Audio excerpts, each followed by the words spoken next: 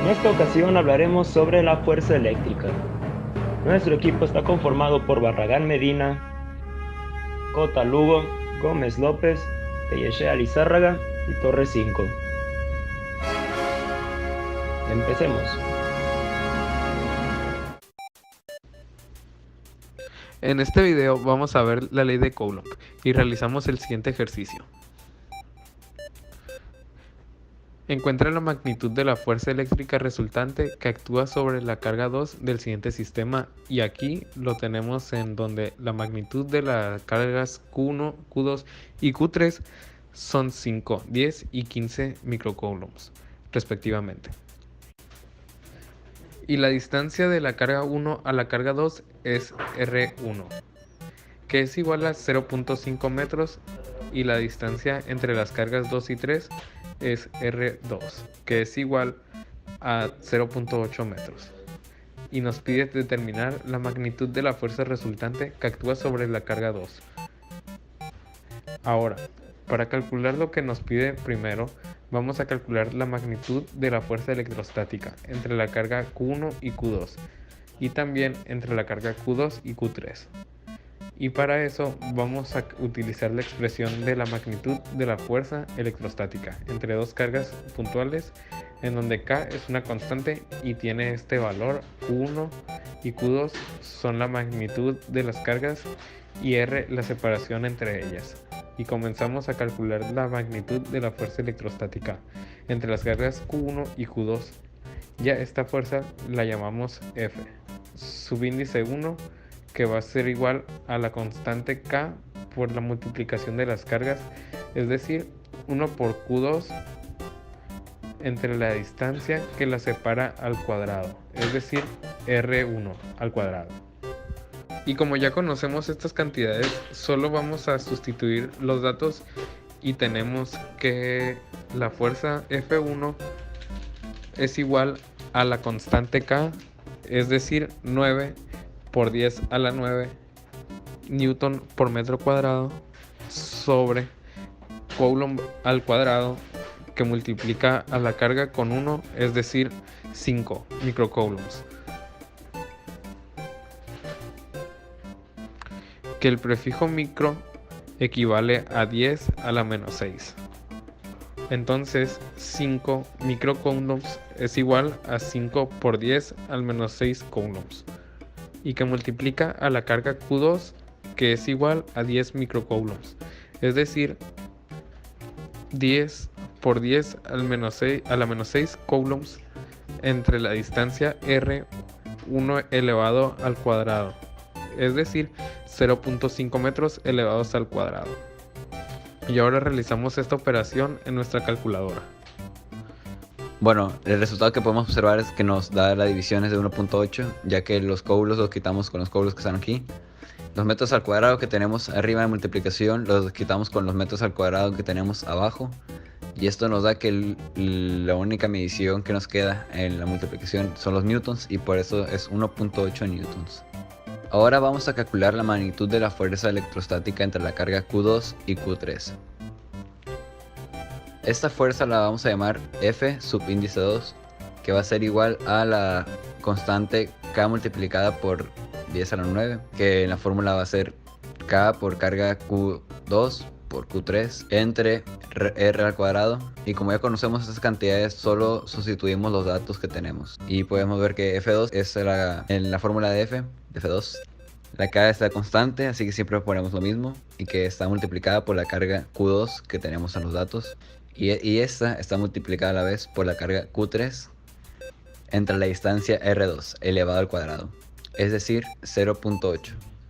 Toda esta multiplicación nos da 2.1, igual en newtons, ya que como anteriormente explicamos, a la hora de quitar las unidades nos queda en newtons. Esto nos dice que la fuerza 2 es igual a 2.1 newtons. Ahora vamos a analizar la dirección de las fuerzas que actúan sobre la carga Q2. Primero recordemos que la magnitud de la fuerza eléctrica que siente la carga Q2 debido a la Q1 es la fuerza F1, que tiene una magnitud de 1.8 newtons.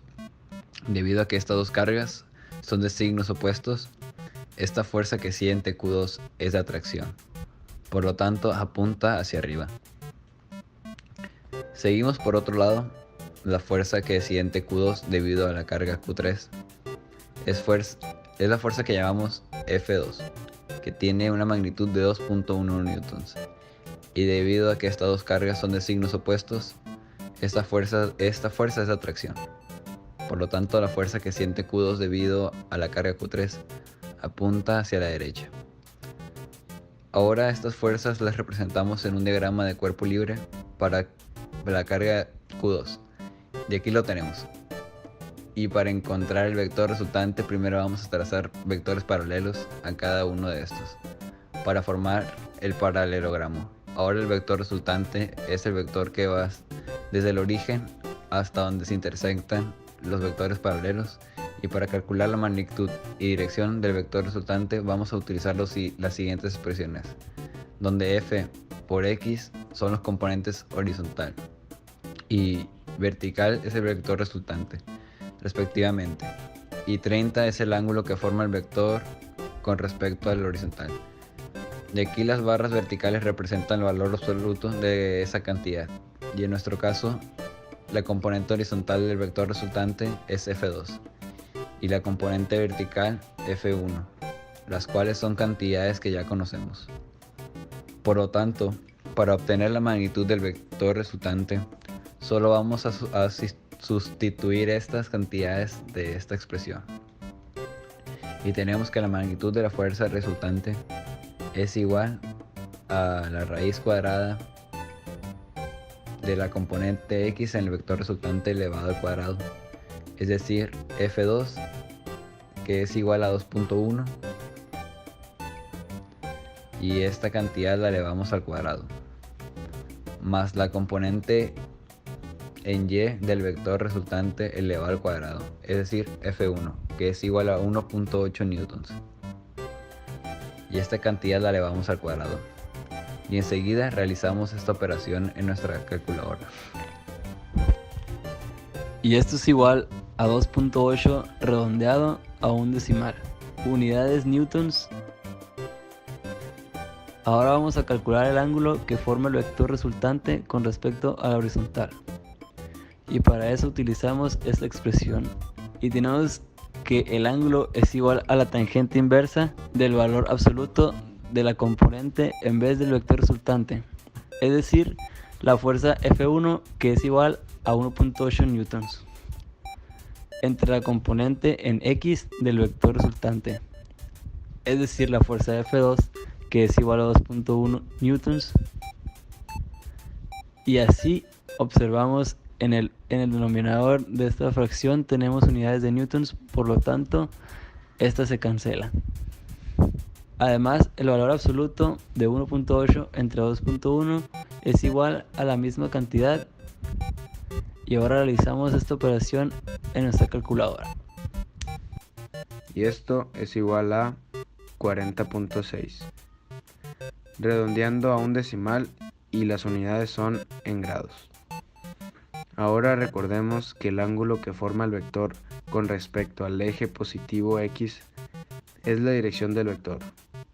Por lo tanto, este ángulo que acabamos de calcular es de la dirección del vector resultante.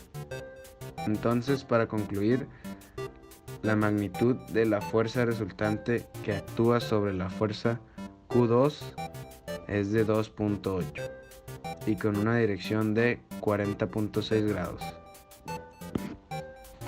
Esto es todo por nuestra parte, gracias por su atención. Este fue nuestro proyecto para la materia de física.